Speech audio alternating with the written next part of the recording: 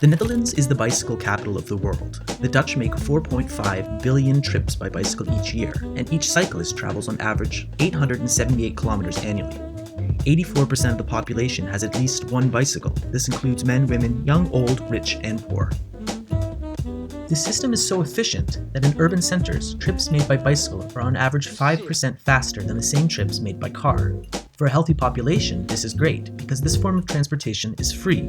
It also provides freedom and accessibility, and it offers an important means of exercise, with studies showing reductions in illnesses such as heart disease, diabetes, and depression.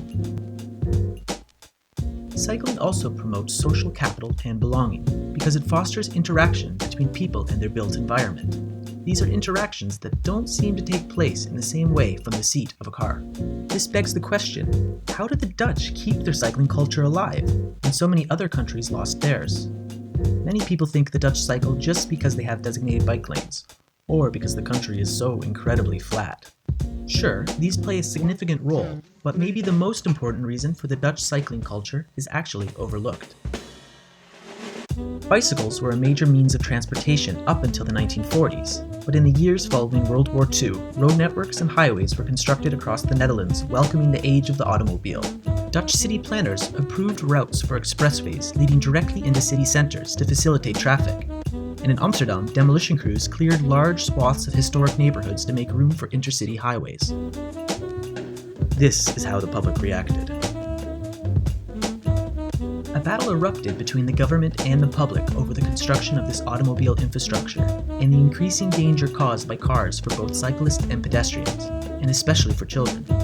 After years of protest, the public eventually won, and construction of urban highways ended.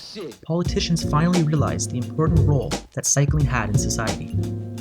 During all of this chaos in the streets, a quieter victory was also taking place. In the cloistered halls of power, laws were passed that banned big box stores from being built on the outskirts of town. This seemingly small land use policy had a huge implication on the future of the country. Now development was pushed into city centers, and small-scale supermarkets and retail stores sprung up in most neighborhoods.